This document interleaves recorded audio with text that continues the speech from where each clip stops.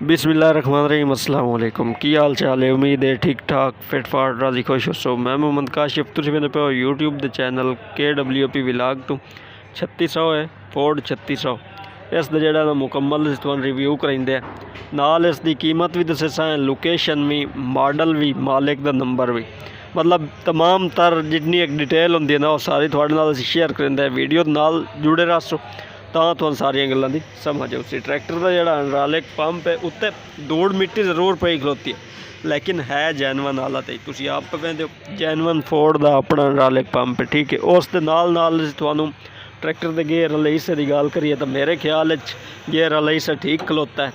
बाकी गेयर भी वेख लियो, सारा कोई हिसाब किताब थोड़ियां अपनी अक्खी के सामने मैं वर्किंग पैस तो करवाइंदा, चलदे दी होर वर्किंग होंदी तो खलोता होया इत्ते केड़ी वर्किंग है। बाकी ट्रैक्टर के टायरों की अगर असी गल करिए तो टायरों के बारे मैं कोई नहीं आता, लेकिन तुम आप वेंदे हो कि हो जाए टायर खलोते हैं। बाकी गल रही ट्रैक्टर के एक्सल की, निक्कियां गड्डियां दे की एक्सल वेखने होंदे वलैती हैं एक्सल, ठीक है। वलैती एक्सल थोड़ियां अपनी अक्खी के सामने। बाकी रिम की कंडीशन, रिम दोबारा रंग जरूर होया है लेकिन त्रोट बज रिम में चिकदे ही नहीं। बॉडी गार्ड चंगा खलोता है। दूसरी साइड तुम दिखाई है मुख्तसर जो है मैं रिव्यू करावना। अगले टायरों की गल करिए तो अगले टायर भी इतने नॉर्मल नहीं तो एड चंगे भी कई नहीं, मतलब गुजारे लायक चंगे टायर हैं। बंपर की गल करिए, बंपर लगा होया है दाक लावन वाला, दिक्के लावन वाला बंपर लगा होया है, दिक्के लावन खाने बंपर ठीक है। बाकी तुम दसिए ट्रैक्टर के टायरों की गल, टायर भी चंगे खलोते हैं, नॉर्मल वाले टायर भी नहीं। ट्रैक्टर बाकी सारा मालिक की आवाज़ के मुताबिक सलाफ स्टार्ट है लेकिन नाल बैटरी काई नहीं पई।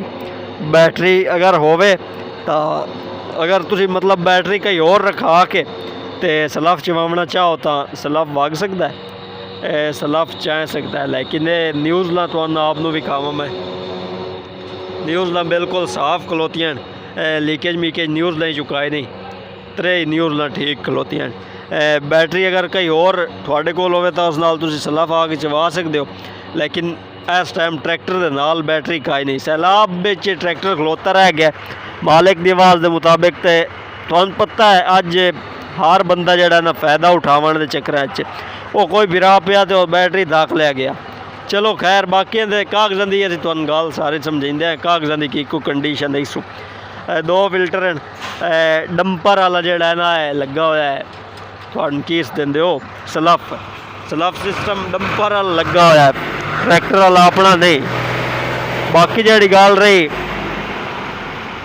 बाकी जी गल है ट्रैक्टर की मीटर वाली शायद इंद सिंधी ने मतलब कि काश खुदा दी नहीं मीटर की जगह तो यह जगह थोड़ी जी बुरी हुई है, आ जी जगह थोड़ी जी बुरी हुई है ट्रैक्टर की। बाकी बुलाक की कंडीशन थोड़ा साइड लू विखावा बिल्कुल साफ है, बुलाक ही लीकेज मीकेज कि भी काई नहीं। बाकी साइड वाल कोई नहीं ना, दुआ टापा छड़िया हुआ पहली साइड वाल वो थोड़ा टापा होंगे विखा छड़िए है नाल तो चंगी कंडीशन टापा ना, रंग शंग लू सारा कुछ चंगा टापा पे। बाकी हाइड्रोलिक टापा ट्रैक्टर का अपना आरम ट्रैक्टर दे वलैती हैं, आरम तो वलैती है उम्मीद है पहला भी सह नाल जो चलते ही है तो मुड़ एक सह जो है टायर भी पिछला हिस्सा रह गया, पिछला हिस्सा थोड़ा किमें ना किमें मैं विखाइंदा खलोता कद नाल मेक के।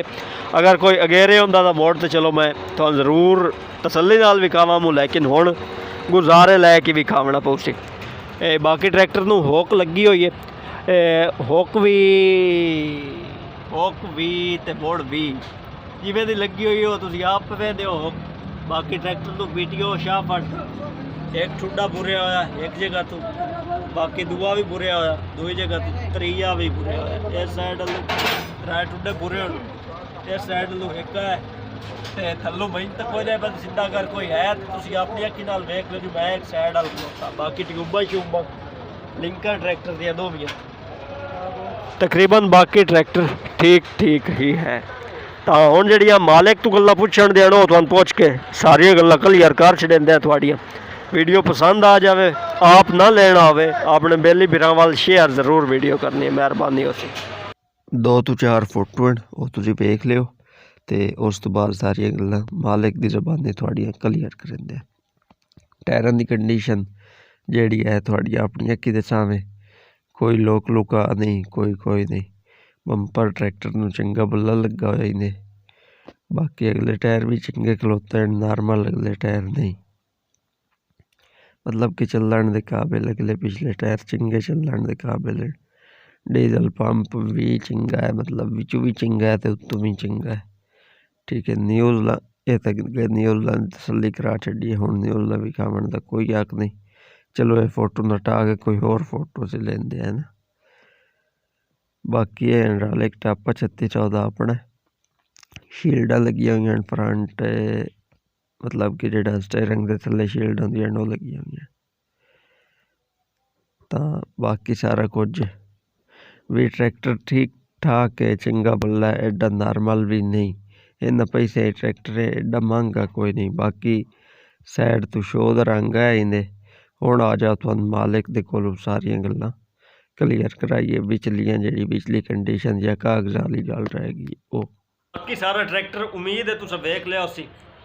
ਸ਼ੋਰ ਜ਼ਰੂਰ ਆ, ਲੇਕਿन ਵਿਖਾਉਣ ਵਿੱਚ ਕਿਦੋਂ ਵੀ ਕਮੀ ਕਾਈ ਨਹੀਂ ਛੱਡੀ। ਜਿਹੜੀ ਜਗ੍ਹਾ ਦੀ ਰਹਿ ਗਈ ਕਮੀ ਉਸ ਜਗ੍ਹਾ ਦੇ ਫੋਟੋ ਤੇ ਬਾਕੀ ਮਾਲਿਕ ਨਾਲ ਹੈ। ਮਾਲਿਕ ਕੋਲ ਅਸੀਂ ਪੁੱਛਦੇ ਹਾਂ ਬਈ ਟਰੈਕਟਰ ਦੀ ਵਿਚਲੀ ਕੰਡੀਸ਼ਨ ਕੀ ਹੈ।